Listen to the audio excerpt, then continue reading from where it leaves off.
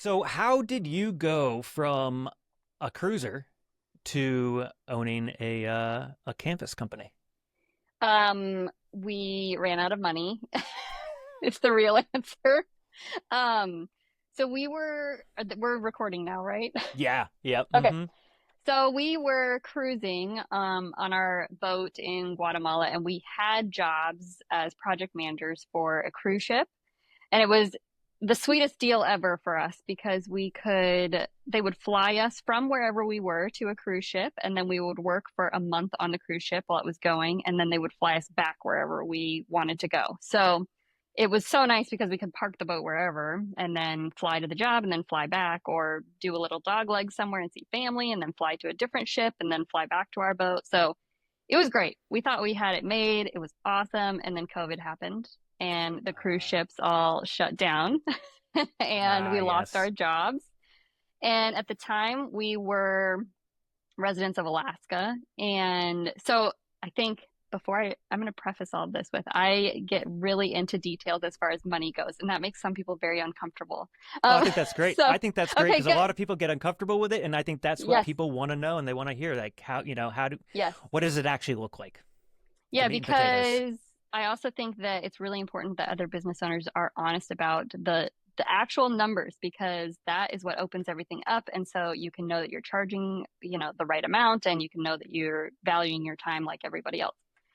So we were residents of Alaska at the time, and during COVID, Alaska was paying a lot of money out for unemployment. So we collected unemployment, and then they were paying, I think, like it was crazy. It was like $1,500 a week or every 2 weeks.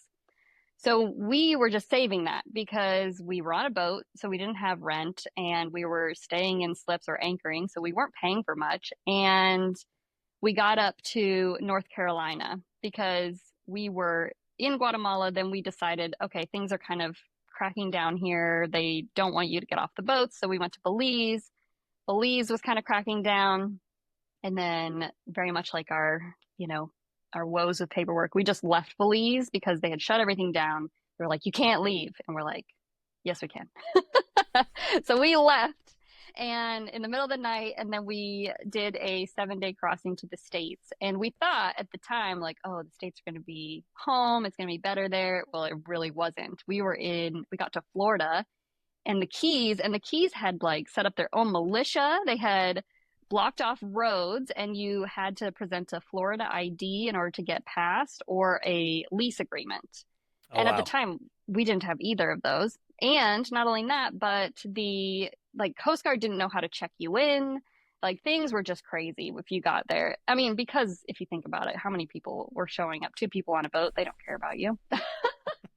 So we got to the Keys. I kept calling docks and they wouldn't let us dock. And I kept saying, we're almost out of water. We have 1 day of water left at Oh, anchor. Like, you need to let us dock. They wouldn't let us dock. They were horrible. The people there were so mean. wow. And so finally, somebody who watched our YouTube channel reached out and said, we have a dock. Come dock for us. We'll make you a fake lease so that you can get through the checkpoints, and we'll get you water, all of that stuff. So, and they are actually business owners too, Silent World. And what do they And they're do? a dive center, a scuba diving Oh, center. So we ended up staying there for about 3 weeks, I think maybe even longer. And we helped them renovate their building there. Well, Spencer did. I say we, it was Spencer. I didn't do manual labor. And then we like once everything kind of calmed down, then we got to North Carolina. Well, things kind of calmed down, but really unemployment had stopped. So we stopped, getting these big chunks of cash, and we had then savings, like, I think it was like $25,000 in savings. But it was kind of like we were looking at our plans like, okay, we have no job, so we can go sailing and go cruising and just dwindle down our savings, or we can look for a job here. Um, and so there was a local website called towndoc.net, another great business. And they have a classified section. And in the classified section, there was a canvas shop for sale. And Spencer showed it to me. And I have always sewn throughout my life. And I always thought, oh, I would love to own a sail loft. And so we called them up, and yeah, it kind of happened really fast after that. Oh wow. Yeah. Yeah, so that's the how we got into it.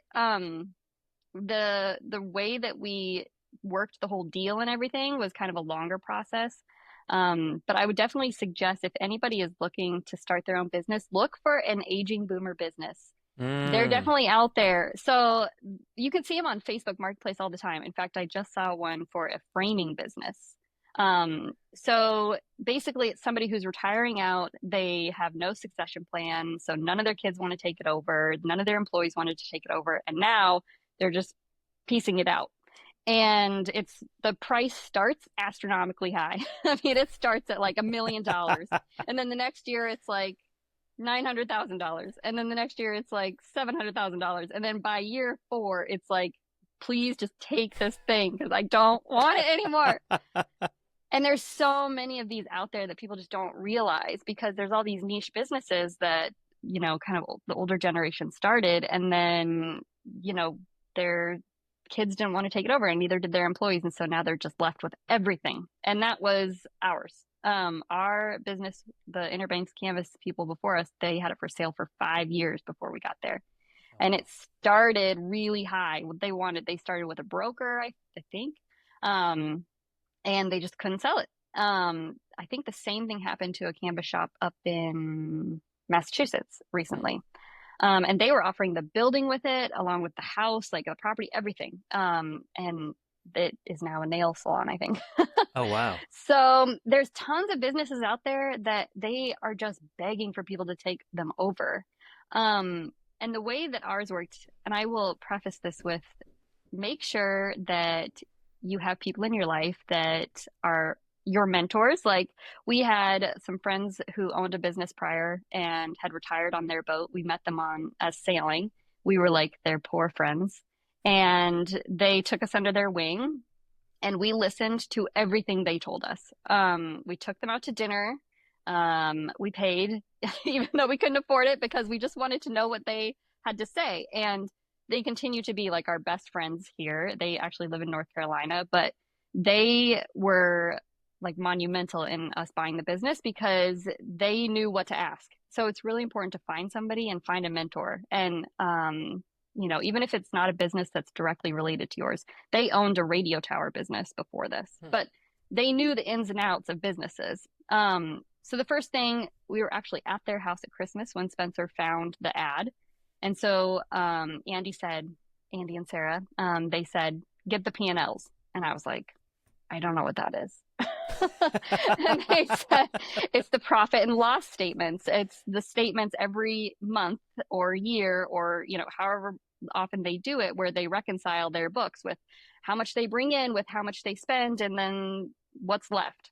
Like, okay, I'll ask them for that. So we asked them for the profit and loss statements. A lot of times companies will make you sign an NDA in order to get their profit and loss statements.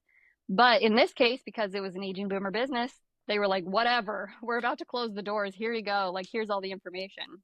And they were literally like, they closed the doors at the end of that year. And so we were contacting them on Christmas and they were scheduled to close that January 1st. Oh wow. So, and they were just going to close the doors because no one wanted to buy it. So they wanted $100,000 for the business, which is not what we had. So Andy was very wise and he said, well, make them list out what they're actually giving you. So I was like, okay, I'll do that. So I wrote them and said, we'd like an itemized list of all the equipment that you're selling with us and like what this price actually entails.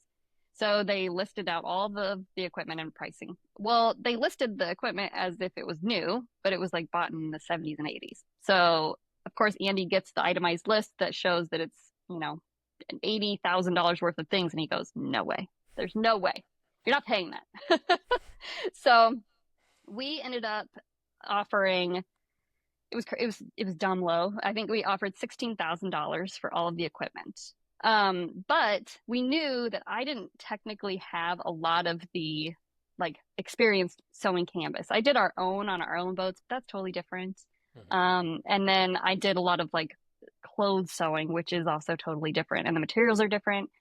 So Andy and Sarah had suggested that what we do is we do a like you guys stay on for a number of months or and we pay you with the profits of the business. So it's linked to the success of the business. So basically we said we'll pay you $16,000 for all the equipment and then we'll pay you an additional $50,000, but that'll be over the span of 1 year and it'll be 25% of the profit each month. Hmm. So if we make, whatever, $1,000, profit in the first month, then they get $250. But then, their interest is for us to be very successful because Hmm. then they get paid more. So we had the time frame of a year, so we'd have to pay them, if we didn't make that $50,000 in 1 year, we would have to have paid the remaining amount at the end of that year. Okay. Or if we did really well and we paid that $50,000 amount sooner, then then at that point we would just figure it out. Which is actually what ended up happening. 7 months in, we had paid them off. And so we kind of sat down with them and were like, okay, what now? And it ended up where they just kind of came in as consultants after that. And we paid them 1099 contractors because they would come in and just kind of give us tips and advice for things that we just didn't do before or whatever. And even still to this day, we're on good terms. Like Luann will come in and if I need her to and kind of give me some advice if I'm like, this has really got me, stumped. I don't know what to do here. So that's how we bought the business. And I thought it was a really great way. And I can say that because it wasn't my idea. It was Andy and Sarah's idea. But especially if it's a business that you don't know about, or even if it is a business that you know about, honestly, it's really worth having the previous owners there, at least for a little while, just for transition, especially if you're doing it in a small town. Like our Hmm. town is 900 people, Oh, is that residents. That's small? it. It's Oh yeah, it's 900? super, super small. Yeah. So, it really helped us that Mark and Luann walked us around to every marina and introduced us and basically gave us their stamp of approval to everybody else. So like I've seen other businesses try and come in and just kind of like, this is who I am. And people are very like, well, we don't know you. Nobody else knows you. How long are you here for? They're kind of skeptical. Yeah. So especially if you're taking over a small business in a small town, I would definitely recommend keeping the old owners on for just a little while. Yeah, so that's kind of the gist of it. I mean, pretty quick down and dirty version, but Was it a steep learning curve to go, I mean, you had a little bit of the knowledge, as you said, but to actually go into a production style, how long did that yeah. take to figure it out or Yeah, to I learn mean, it? I'm still figuring it out. The hardest thing for me, and I don't know if it does relate, but the hardest thing for me is scheduling. I think that Mm. that's hard for everybody. I think my to-do list for today is 1 week long. I think I can do so much more than I can do. And I think a lot of people are like that, especially entrepreneurs, because we just have this go-getter attitude. And Mm-hmm. so you think you can accomplish so much more than you actually can. Oh, it's so true. So, yeah, so I think that was my biggest, and it still is my biggest hurdle today. And also, when you're an entrepreneur, you don't have a paycheck like coming in every week that you can count on. So, if somebody wants to book out, like the next 3 weeks, you're like, yeah, that's awesome. That's future Breena is going to be pumped about that because that means money. But then somebody else comes in and is like, well, I'd also like that 3 weeks. And you're like, I could probably make that work. And then another person comes in and they're like, well, I want that slot. And I'm like, I can't do it. And they're like, well, I'll pay you double. And you're like, okay, I could definitely make that work. And Oh, now all of a sudden you have three people for 3 weeks and you don't have time for that. oh my So gosh.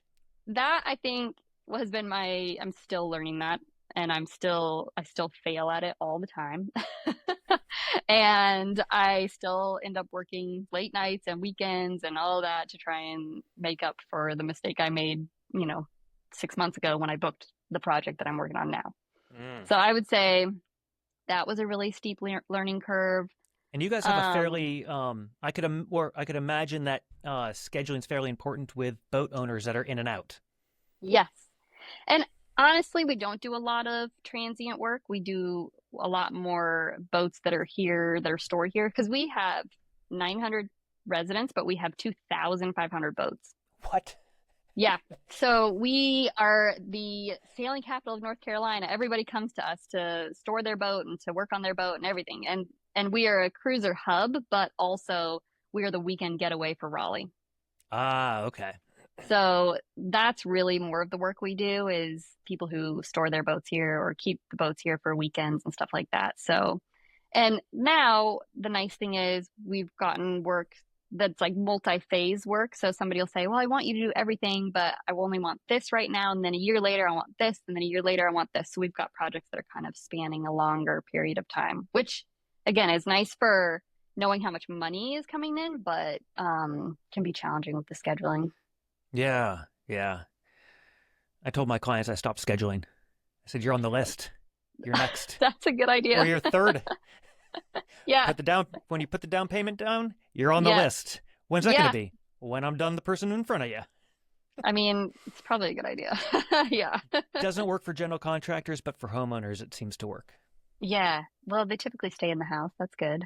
Yeah, yeah. And houses don't move. No, My projects move. um, were Andy and Sarah on the YouTube channel? Were they ever? Yes, they were. They thought were you had dinner on a fancy boat, right? I don't know if that was probably them. I mean, they had a Grand Banks. Okay. But they were on the Pigspiracy video. So Oh, they I'll like have to go back and when watch that one. yeah, they're great people. They're amazing. They're so funny and like we were the people without refrigeration. We were poor, like we were anchored out and they were at the marina and Spencer texted like, "Hey, do you guys Spencer and Sarah actually were on each other's Instagrams and they were chatting back and forth and Sarah said, "Let's go to this pig roast." And Spencer said, "Okay." And she said, "You want to pregame here at the Grand Banks?" And we were like, "At the Grand Banks?" Like, yeah. We said, "Do you have ice?" And she said, "Yes." And we wrote back, "Did we just become best friends?" And yeah, we did. Yeah, so it was great. They were really great mentors and like they're the type that will tell us when we're making a bad decision. Or they just won't be as encouraging if we're making a bad decision. Well, I do want to go into what to look for in a mentor and stuff. But first, I mean, I've watched all your videos, but people that are listening have no idea what we're talking about. Yeah, okay. A little backstory. Yes, so back in, oh geez, I shouldn't put a date on it. 7 years ago? 7 years ago, maybe? Many, many moons. Yeah, many years ago. My husband and I went sailing. We first started when we first started dating, which was in 2009 when we were in our 20s. And we were able to, because we lived in Alaska and worked as construction project managers, we were able to sail for part of the year and then go back and work for part of the year. And then we would do that for 2 years and then we'd sell the boat and then buy a different boat and then do that for 2 years and do a different area of the world of sailing. And typically we tried to like upgrade the boat, which was a dumb thing. We should have never done that, but we would upgrade the boat every time. And then basically boat number 4, I was like, let's do a YouTube channel. So we started a YouTube channel about the sailing. Oh, that wasn't until boat number 4. Oh, wow. Yeah. Yeah.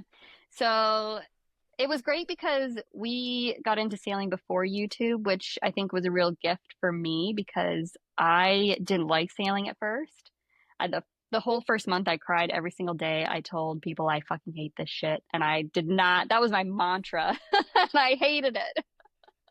And then we met some friends, which made all the difference in the world, and mentors, people who told us how to sail because we had never been on a sailboat before, but we thought that we would buy one and just go.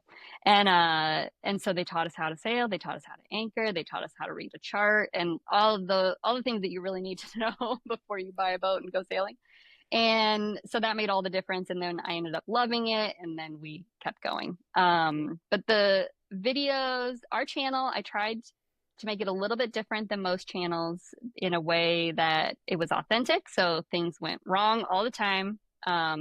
We were authentic. If we were fighting, we were fighting. If we weren't, we weren't, whatever. And then they were short. So I tried to keep our videos under 10 minutes long because that was our attention span. And also, I didn't want to be filming all the time. I wanted to be enjoying the trip, but also like showing people what it was like. I got really frustrated with a lot of the travel. I was going to say travel porn, but I don't know if I can say that. Travel porn. Say whatever you want.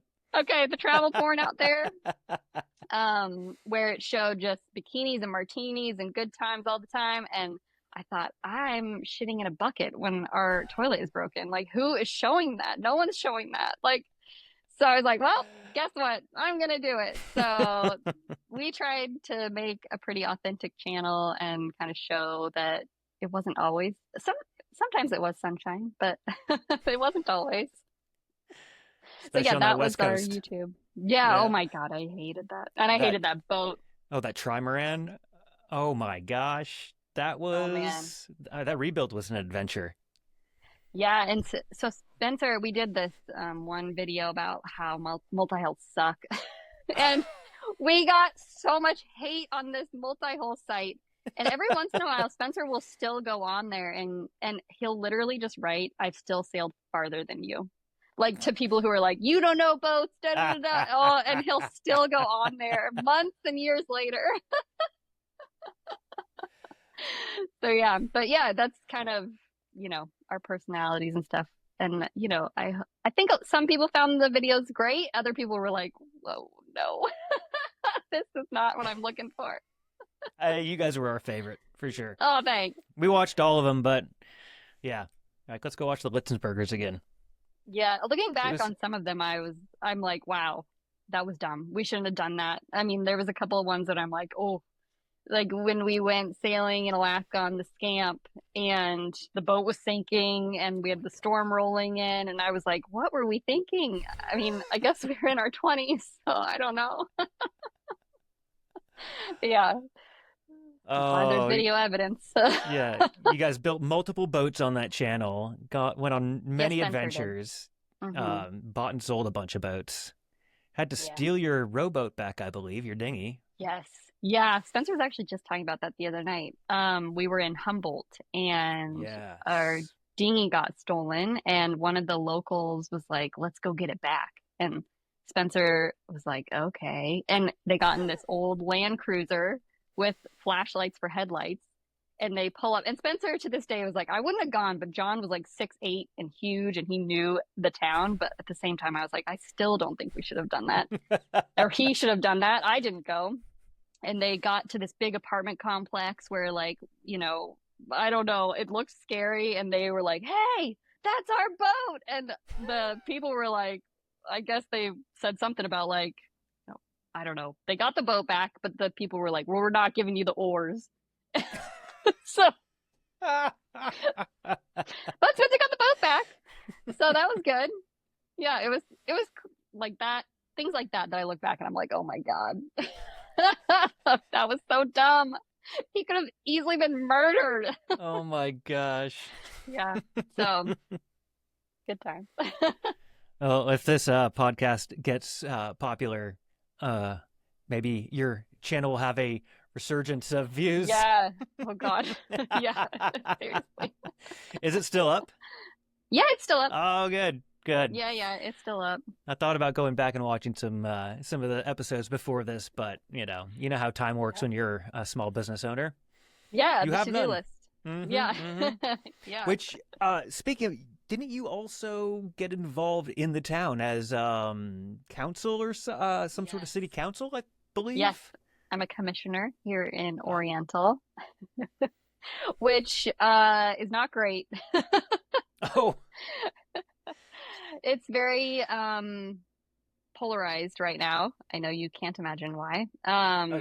just because But of our current political system? I couldn't yeah, imagine. yeah. Couldn't imagine. Yeah, it's not supposed to be partisan, but it always slides in there. But yeah, it's been interesting. Mhm. I will say that sailing and like owning my own business has really helped calm me down. I am a very type A, I know you couldn't tell, type of person where I rev really high and I'm always, to-do lists and things are always needed to get done. But and I used to stress out about things that, probably would resolve themselves. And like the business and then sailing has really helped me. And, being a commissioner, the world's always on fire. And Right. also, the other board members are, and so it's helped me calm down, step back from the moment a little bit and be like, just gotta go make money. I'm gonna be at my job. Has being involved in the town benefited or benefited the business? Yes and no. There have been some people who are like, yeah, I use you because, you're great on the board, but I also think it hasn't done well. I think there are people who don't use me now because I am on Mm. the board. So I wouldn't recommend it to any business owner especially in a small town, who really count on interpersonal communication. Because, your intentions aren't always known on the board as well, like in a political atmosphere you're oftentimes just up there making decisions and you don't get to explain yourself fully. Right. So it's people just get that one little tidbit of you and then they pass judgment on the entire business. So, and actually, Andy was the one that told me, don't freaking run for political office when you own a business. And I said, I'm No, doing really. it. Yeah. So listen to your mentors. Yes. Another, yes, example of listening to your mentors. Yeah. And so you guys almost sailed into your mentors. Like like Yeah. how We people We who aren't sailed running into mentors. into, yeah, all of our mentors. Um, I, so you have to go where money is, which unfortunately, I know a lot of people feel like they can't, but boats are where money is. People who have boats have money and they know how to get money. And so that was one avenue that we stumbled into because we didn't know about it when we were in our 20s and had a $6,000 boat. Like we didn't know any different. But, when you are on a $6,000 boat anchored next to a mega yacht and the mega yacht says, come over for burgers. You guys look tired and dirty and you can use our shower and have a gin and tonic in it. We're like, yeah. But then they end up being, these business owners and company CEOs that you pick the brains of and they drop this little nugget of truth on you, and you end up remembering it throughout your whole life. So I know not everybody can like go out and buy a boat and get out on the water, but like walk the docks, like go wherever money is. And if it's construction, we were project managers for a construction company in Alaska. It was Spencer's family's company. But anytime we got to meet the higher ups, like you just pick their brains. Like they're happy to talk to you. I mean, it's not like they're still human. Yeah. They have money, but they're still human. And I think there is a greater divide against, like right now, especially like the polarization between like people with money and people without. There's people with and without. But I think when you get down to it, like the brass tacks of it, people are just people and, they're totally open to talking to you if they know that your intentions are genuine. So I think just kind of trying to find those different avenues and being open to what they have to say. I think the other thing that we saw a lot of was people that were in our same shoes that would then approach like Andy and Sarah and then just tell Andy and Sarah how they were wrong or what they did or what they need to do. And Spencer and I would always sit back going like, what are they doing? Like they're like not listening, And so I think just being really humble about, that some people know more than you. Have you had a mind shift change at all, going from pre Andy and Sarah, pre buying this business, and how do you think differently now?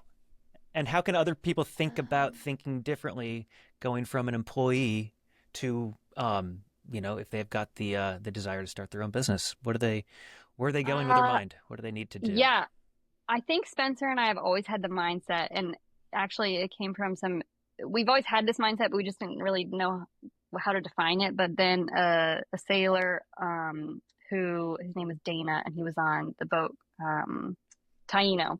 It was a trimaran that he built out of water bottles, and I don't know, he was crazy. But he told us follow all the rules unless they're stupid, and that has been like Spencer and I's life. And I think that more people need to do that. You know, there there are no rules really. Like especially in business, there are no rules. We actually just went to the Umbrella factory, which is the fabric that we use on our canvas in all of our projects.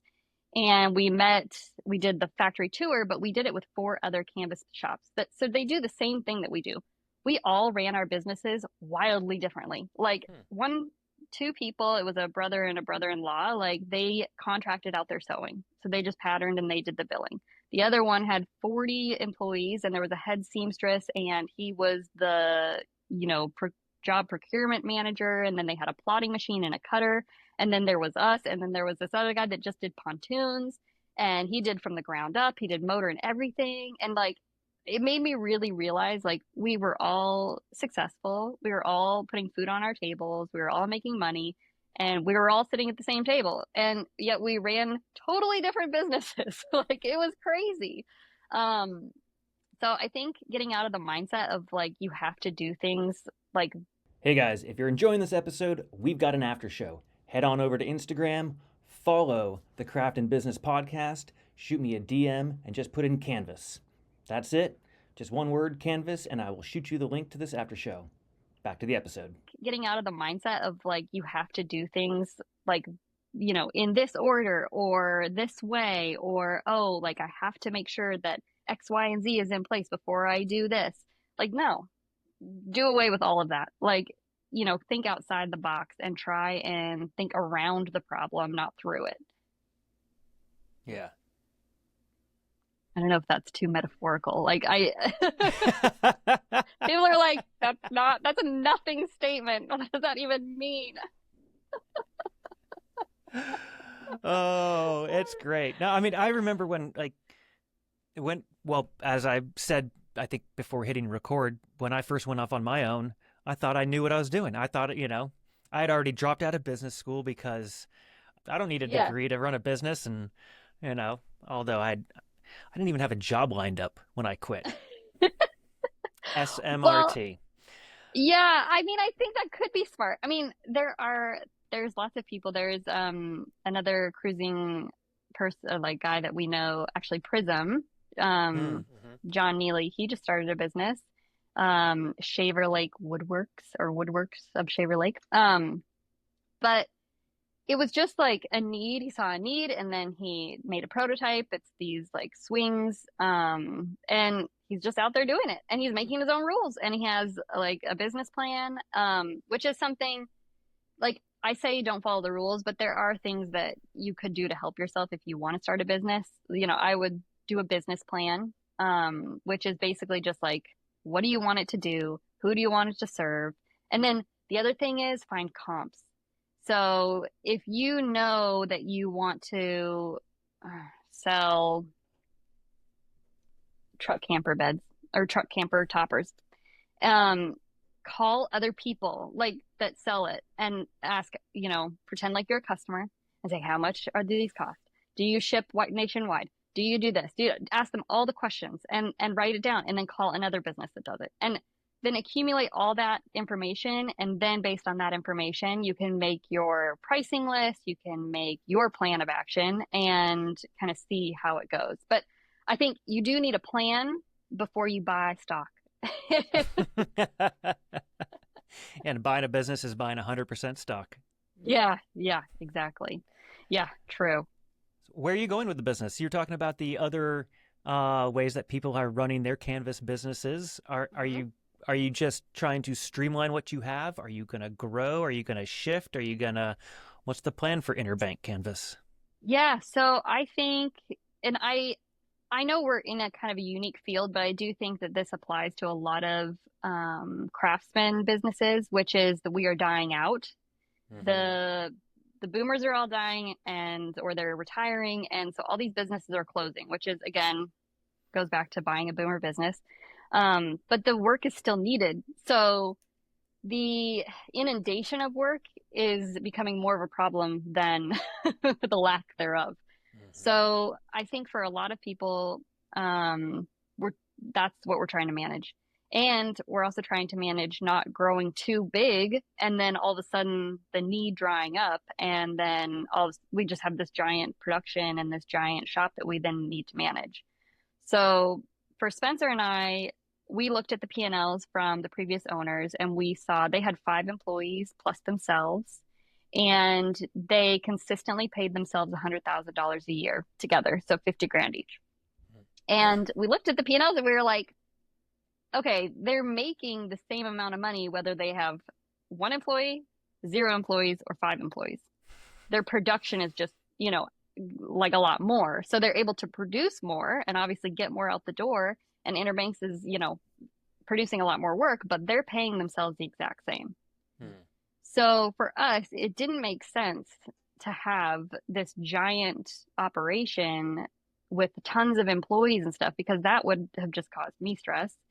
And so we thought, let's not do that. let's just have it be me and you and pay ourselves the same. And that ended up working really well. And then, over time we evolved our business to be exactly what we wanted it to. And there was a lot of pushback. Definitely at first and there still is some pushback. For example, the way that we work our business right now is that we don't answer the phone. You have to call and leave a message and then we'll call you back. And we call you back within 2 business days. And that is just so that I'm not at the sewing machine, also trying to take calls and then get pulled off. And then, and then also we have. Great to set that expectation. Yeah. Yes. And then we have closed door policy. So our shop is not open to the public. I think this isn't a problem for every business, but for sale shops and canvas shops, we're also kind of a novelty. So people want to come in and see the shop. So when we had a shop down the road from us where we are now, people would stop in and just chat for hours. And it halted productivity completely. And then we'd have to jump back into what we were doing and we'd forget where we were. And it was horrible. So we closed the doors and that was really hard for people to get used to. And it still is. People constantly call, I don't know where you are. I want to just stop by. I just want to show you. I want you to come and see this. And so that's hard for people, and finding the language to kind of politely say, that's not how we do things anymore. It has been challenging. But I think if we didn't make those changes, one, our life would be hell because we would never get any work done. 2, we would have almost been forced to hire employees because we would have had to have somebody fencing these people coming into the office. And then I just think our life would be a lot different. The other thing that we did, and this is not a business move, this is simply me just being the snowflake millennial that I am. There was a portion of the business that Spencer hated doing. Spencer hates sales. He hates talking to people. He hates selling things. He does not want to convince you to buy anything. He just wants you to want it. So when we first bought the business, half of the business was selling sales and it made half of the money, but he hated it. He was having panic attacks. He was depressed. He was laying in bed in the mornings and calling it meditation. And I was like, this is not meditation. This is depression. So I was like, we should just stop selling sales. And it was horrifying because, when you have 2 facets of the business and half of it makes half of the money and you're just all of a sudden going to shut that down, you really hope that this other half is going to somehow ratchet up the production level and fill that in. And luckily it did. And luckily Spencer was able to from sales jump into the canvas a lot more. And so it ended up, facilitating more income. And it was great because then I didn't have a depressed husband, which was wonderful. So he's a salesman for sales. Clarify. He was. Yeah, he was. The lingo was getting a little complicated there. I should have, I should have clarified that. For what company? Doyle. Okay. Yeah, Doyle. So that was the other thing, and I don't know how it works with franchises and things, but we were basically kind of a franchise of Doyle. Oh, okay. So they made the sales offshore in Barbados, and then we would sell them here. But because we were a Doyle loft, they were also taking a percentage of all of our canvas work as well. Oh, really? Which to me, I was like, screw this. I'm done with this anyways. I don't want them to take that money anyway. So it ended up working out really well. But I do mention it because I think part of the reason that you're going into business for yourself is because you want to be happier. You do want, like, you don't want to work for somebody else and you want a better, like, mental health. So if it's not better for your mental health, then stop doing it.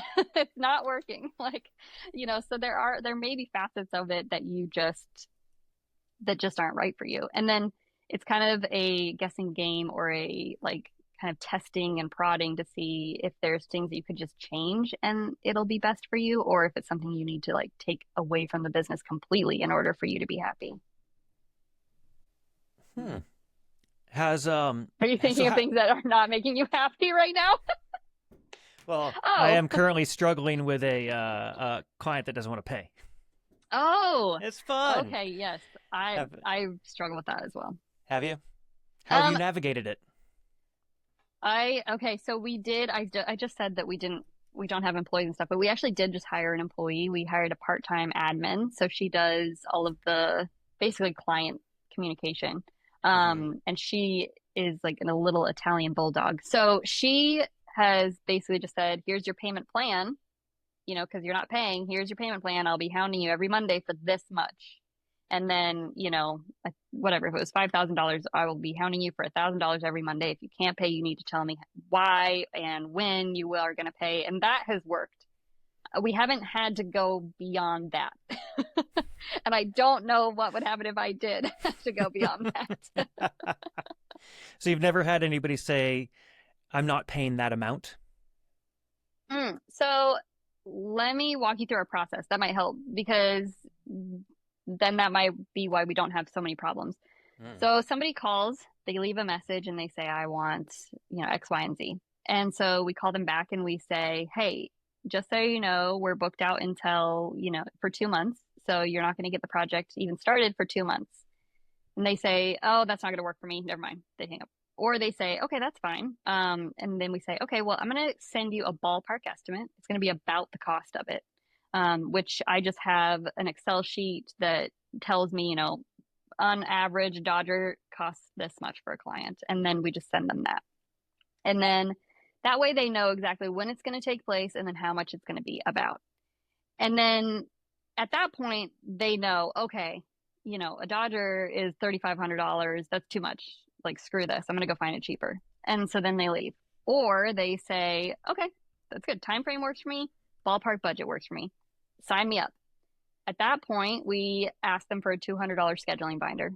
That gets them on the calendar and it's non-refundable. So if they decide that they don't want to do the project anymore or they sell the boat, like, that it's ours because we held that spot open for you.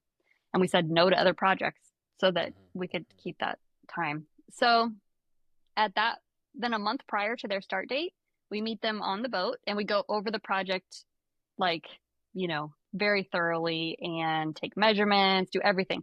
So really, I mean, we've gotten money from them before we even go to the boat. And I think that this could work in things like woodworking and construction and things like that. I mean, if you just make yourself a little price list and give people an idea about what it's going to cost. So then we get to the ballpark, or we get to the onboard consultation and we go through everything. And then that's when the price is firmed up.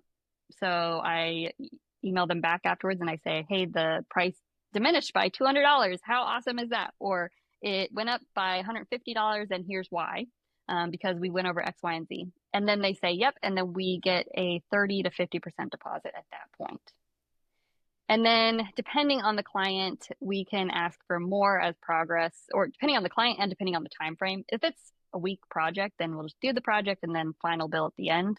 If it's like a 4 to 5 week project, we might have a progress payment in between there just to make everybody's life a little easier, and then the final payment.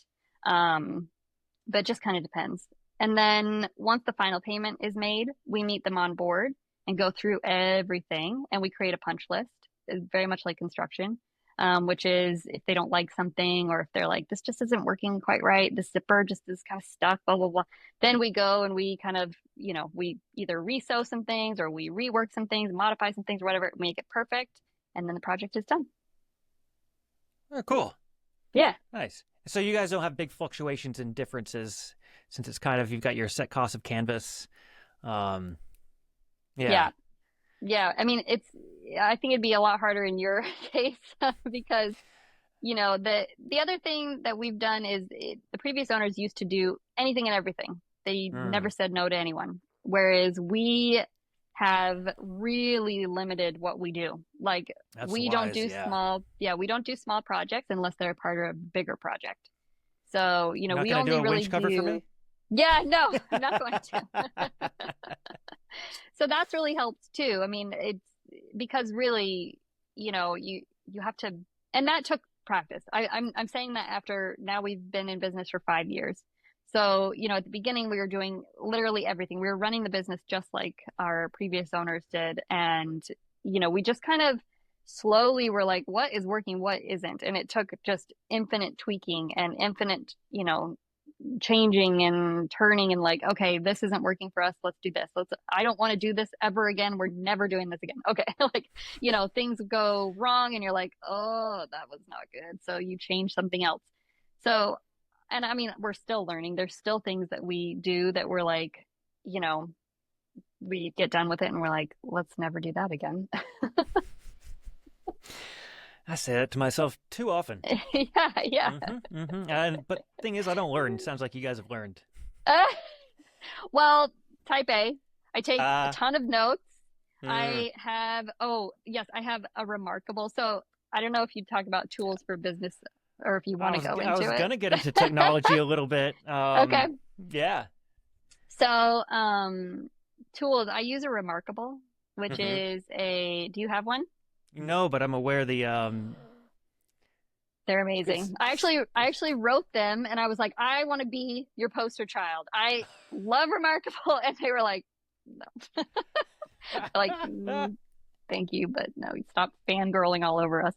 But it's this, it's called Quiet Tech. It's basically just a writing pad. But it does integrate with Google Documents and it will like, you can have an app on your computer so you can pull up the stuff that you do right. But I have our entire life there. But Interbanks has a folder in there, and then I do projects in progress. And each note, I have a client like, Eric, and your folder will be in there with your invoices in there, and then all the notes on from your onboard consultation, and then all the notes for after and construction, and like all that stuff. So that has saved me a lot. And I keep a folder in there called lessons learned.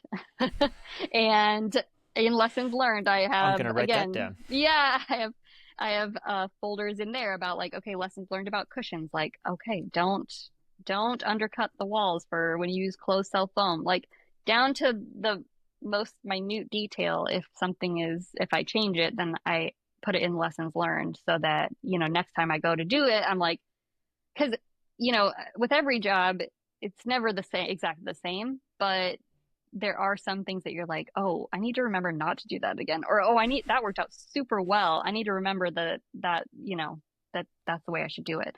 And so writing it down because you don't have the memory you think you do. And I'm saying that to myself. Because I definitely think I do, and then I realize that I don't on Yeah, a I'm regular like this. basis. Yeah. And hmm also when you're working, I feel like you're like, this is so pivotal of a change. I will never forget this. And then you go to do it again and you're like, what was that I said? Dang it. So, what is different about Remarkable versus using an iPad with a pencil? And also, next question after that is, do you use AI at all in your Okay. business? Yes. Oh, I saw So excitement. yeah.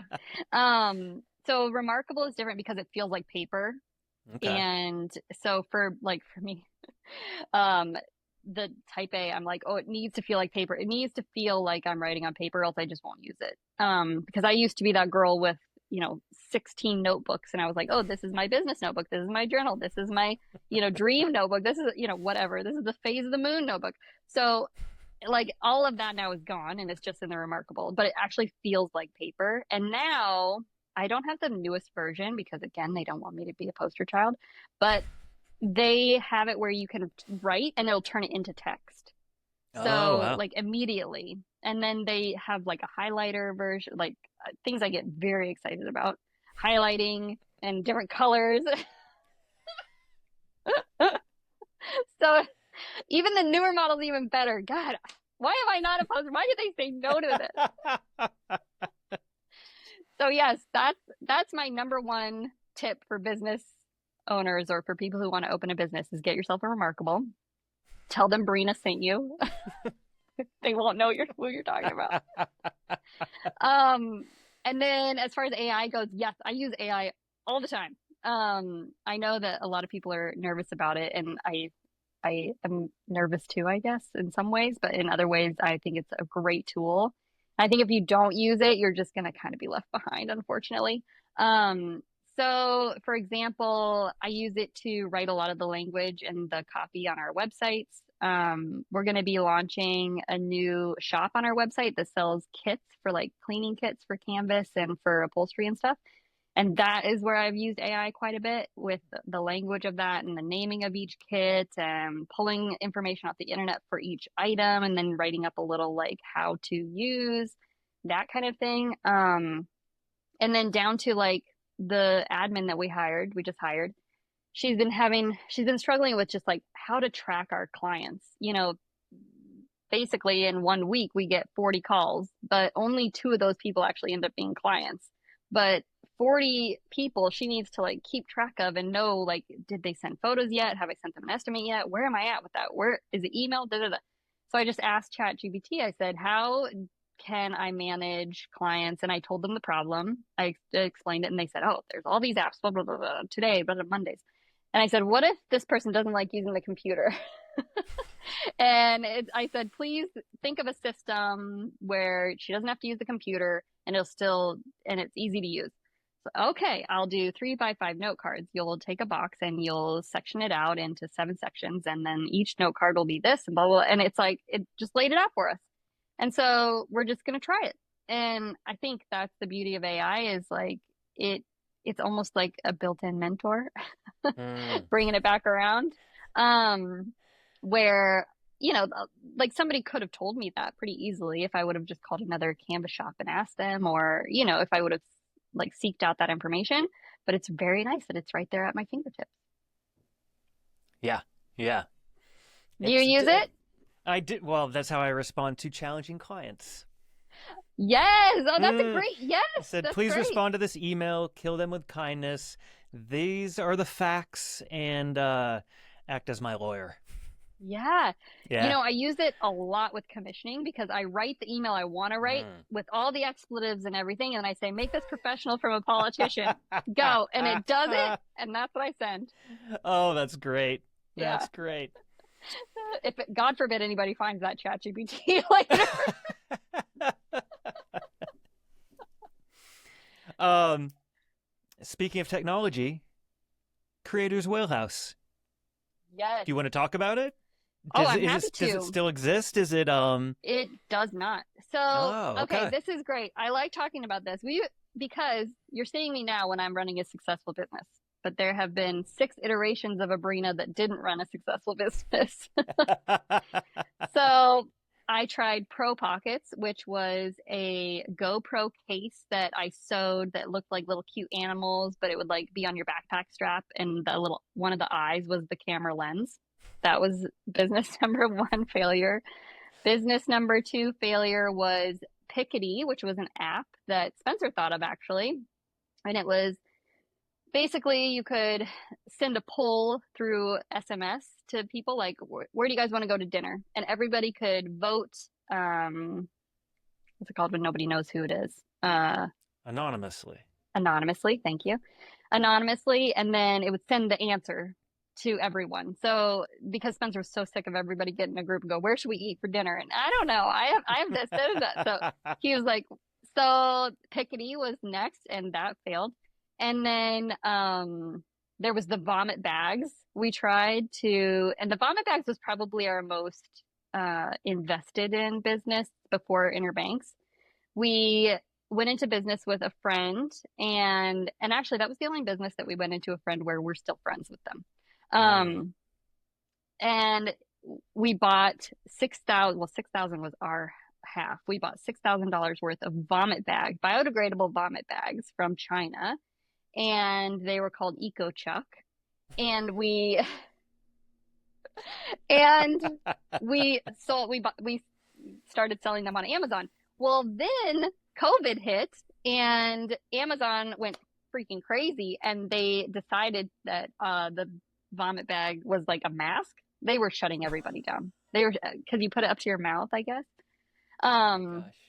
so anyway, so we still have so many vomit bags. It's insane. Spencer always says, if COVID would have made you throw up, You guys would be millionaires. we we'd be millionaires. Well, So, I mean, you and could give then them away with the canvas since people are sailing. They might got seasick. It's like a little bonus. that's a good idea. My dad also Biodegradable uses too. them. It's Yeah, perfect for sailors. I exactly. think there My might be dad, another wind for this business. seriously. Oh, wind, literally. Pun not intended. Well, my dad uses them for squirrel body bags when he shoots squirrels. So that's that's where that business went. Um, Yes, you can send my dad some too. He likes to murder yeah. squirrels as well. See? Oh, well, actually, maybe now we rebrand. There's enough. Uh, There's enough guys that like to kill squirrels. I think you yeah, could do right. it. I think there is. Just So get a little then, rubber stamp them all with rebranded. Hmm. yeah, well, there's already a little what is it, woodchuck on there. I'll just like Oh, it's perfect. I'll brown out the teeth or something, and then like put a puppy tail or something on it. Yeah.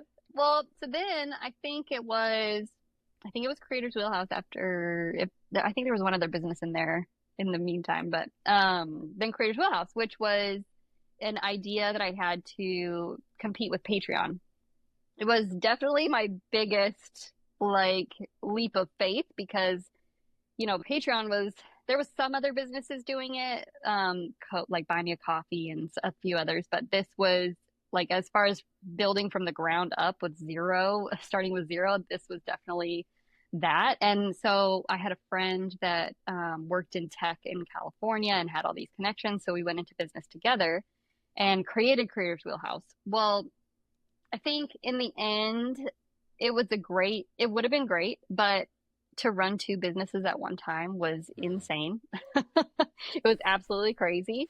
And I think part of the problem with running a business with somebody that is not your spouse is you, they don't know you well enough to be honest with you, and you don't know them well enough to be honest with them. At least I didn't.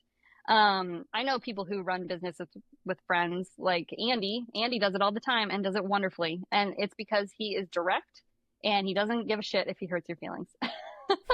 Whereas I care a lot. So, I thought that the work balance was really out of balance and that I was doing way too much for Careers Wheelhouse and Inner Banks was, basically it was just faltering. And I was like, I can't let Inner Banks fail when this is literally feeding us and putting food on our table while this tries to launch off the ground and it's just sucking us down. Like our money is Mm. just getting sucked into it. And then I never saw Spencer. Like we would work together during the day, but at night I would be working on Creators Wheelhouse. And in the morning I'd be working on Creators Wheelhouse. And then I'd see him during the day, but then I would never see him after.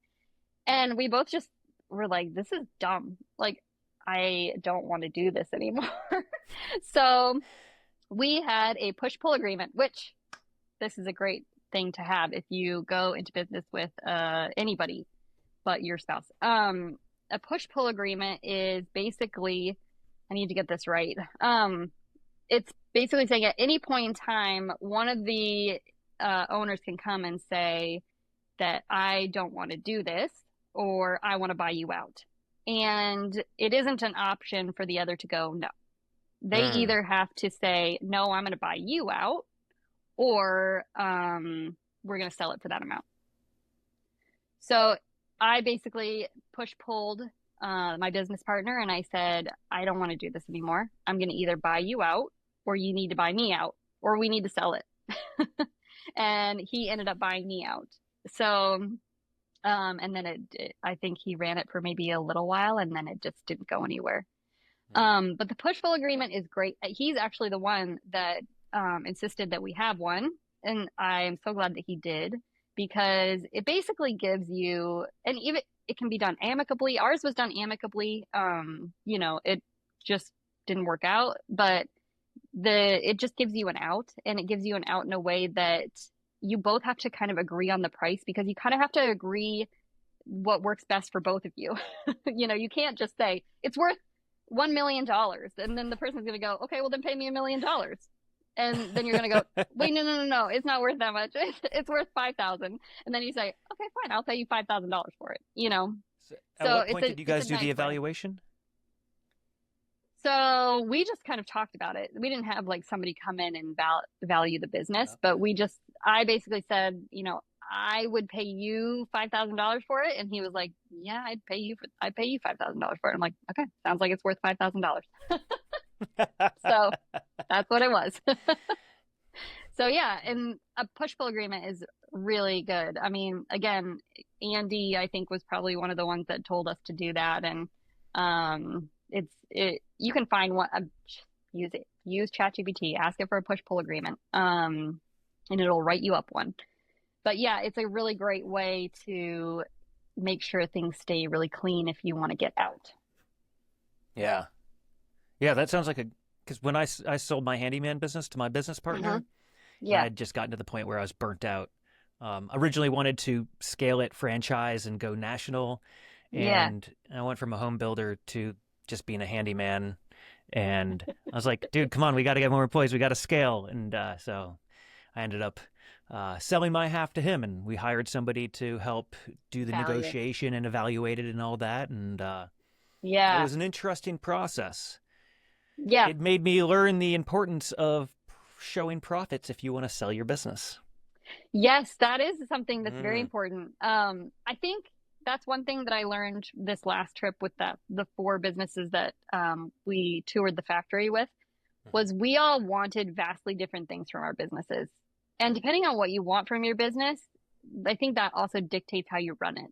So like Spencer and I, for our business, we really want an amazing life work balance. Like, we want to be able to do what we want. We want people not to know where we are on a Monday. We want to make enough money to live and to be happy and content, but we know we're not going to be millionaires. We know we're not going to retire. We want to do work slow enough where we can last longer. So all these things, we wanted to work in our home. So we moved the shop to our home. So a lot of these like bigger ideas and these bigger life goals dictated how we managed the business. Whereas, another business at the table, they wanted to grow. They wanted somebody to buy their business. They wanted to grow it to show profits, and they wanted to grow it so the employees stuck with the business when they sold it. That was their goal. Then a different company, he was actually the grandson of the owner, and he was slowly taking over. So he was in the midst of succession. And so his goal was to bring them up to date. So he's the one that bought the plotter machine and the CNC cutter, and like he wanted to bring them into the 21st century. So that was his kind of goal. So it was interesting. And then the other guy was just an older guy who did pontoon boats, and he was like, I just got into pontoon boats. It became really lucrative, and that's where I'm at. That's where I'm living, like, And so it kind of depends, I think, what you want out of your life and out of your business. And then kind of based on that, you can decide how far you want to go. Do you want to hire employees? Do you want to grow? Do you want all that stuff? Like, then yeah, go for it, especially if it's a business that can do that. But, that just wasn't something that we were interested in doing. You mentioned not retiring. Yeah, I think retirement is something that is phasing out, especially for millennials. I always said that I was in pre-retirement when I was in my 20s, pre-retirement, and then I just work till I die. Yeah. I mean, I think we're just not counting on that. There's not really, there's not a pension when you own your own business. You have to kind of do it on your own, which, not to go into too many details, because I'm sure you are like, I need to get going. But, like that is one thing. Okay, that is one thing that I've really had to learn on the personal side of it, is just money management. When there's money in the bank, then it slowly dwindles out. But I learned to like take money out and put it into a high yield savings account. And then that high yield savings account acts as kind of just buffer if we don't have cash flow. But, you know, I like to keep money in a high yield savings account just as our safety net for the business, but it's our personal money. But that's what the just in case shit hits the fan, hurricane hits, we can't work for 2 months. Okay, we're good. We have this high yield savings account. And then, you know, the other thing that we do are our Roth IRAs, which you can put up to, I think it's $7,000 now a year into your Roths. It's your own personal Roths, so you need to do it separately for both you and your spouse, or you and your partner. But that, you know, you need to invest it after you put the money in, which I know some people don't do. So you have to actually buy the stocks after you put the money in. But the nice thing about Roths, the Roth IRAs, is you can always take out the principal that you put in without penalty if you need to before the retirement age. So if you put 20, you know, over the years, you've accumulated, you know, 30 grand because you've invested, but 20 grand of that is what you put in. You can always take that 20 grand out and without penalty. And so if there's an emergency or whatever, so if there's like, you know, really, really shit hits the fan, you know, like you go through your high yield savings account and then you have to go through your Roth, you know, principal, you know, then that's there for you. So just kind of putting in these fail safes has really like helped ease my mind when it comes to planning and stuff. But it also has made me realize like it's really freaking hard to save 100 grand. Like I don't like trying to get to that number and then thinking like, okay, how much do I need to retire? Like, okay, it costs like $6,000 a month for us to live and run our business. So how am I going to make $6,000 a month? Well, that means I'd have to have like 6 million or whatever in the bank in investments. Like, I'm not going to make that. So just planning our life in a way that's like, okay, we're going to work really hard right now. We're going to balls to the wall. We're going to freaking, you know, do 17 Dodgers a week or whatever it is that I have planned. And then as we get older, you know, dwindle that down to like, okay, then when we're in our 50s and 60s, maybe we're only doing cushions, which is fairly light duty. I like doing it. I might not have to do as many, but it's just enough to keep the lights on and, you know, doing it in a way where we're not going to be completely retired because we can't count on that, but in a way that we can still have a better work-life balance. Like the life part gets bigger the older we get. Yeah. So you're not just saying old age, screw it, I'm not putting anything away. You guys are preparing a bit. Yeah. I think we're planning, and you know, doing the Roths is always a good idea because it's a tax advantage to putting that money away. So, you know, if you can put that money away, it's advantageous to do so. I will say that I did learn recently that SEPs, which are IRA accounts that you can open if you're a business owner, you have to be careful because if you put money into your SEP account and you have employees, you have to match that with like a SEP account for them. So just when you're dealing with long-term money like that, it's definitely best to talk to an accountant and a CPA. Don't take my word for it. I'm just some canvas worker in Oriental. Well, as you did say that we've been going for a bit, so I want to save whatever's left for an after show so people join this Patreon or whatever membership platform it's going to be when it gets set up, when it goes live, which it still hasn't yet, but it will soon. And so Breena Litzenberger, thank you so much for joining us. If you guys want to figure or follow or listen to the rest of the conversation, join whatever membership thing we have set up after this, and we'll see you guys over there. Where can they find you if they want to follow you and all that sort of stuff? Innerbanks_canvas on Instagram is the best place. Perfect. And the YouTube channel if they want to go watch some sailing. Sailing with the Litzenbergers. Yeah, Litzenbergers. Thanks for having me. This is great. Oh, thank you so much for coming on. Thanks for watching, guys. I hope you liked it. We've got the next episode linked either here or here. Still haven't figured that part out. Don't forget, there's also an after show. Head on over to Instagram, DM me, Canvas, and I'll send you the link. See you in the next episode.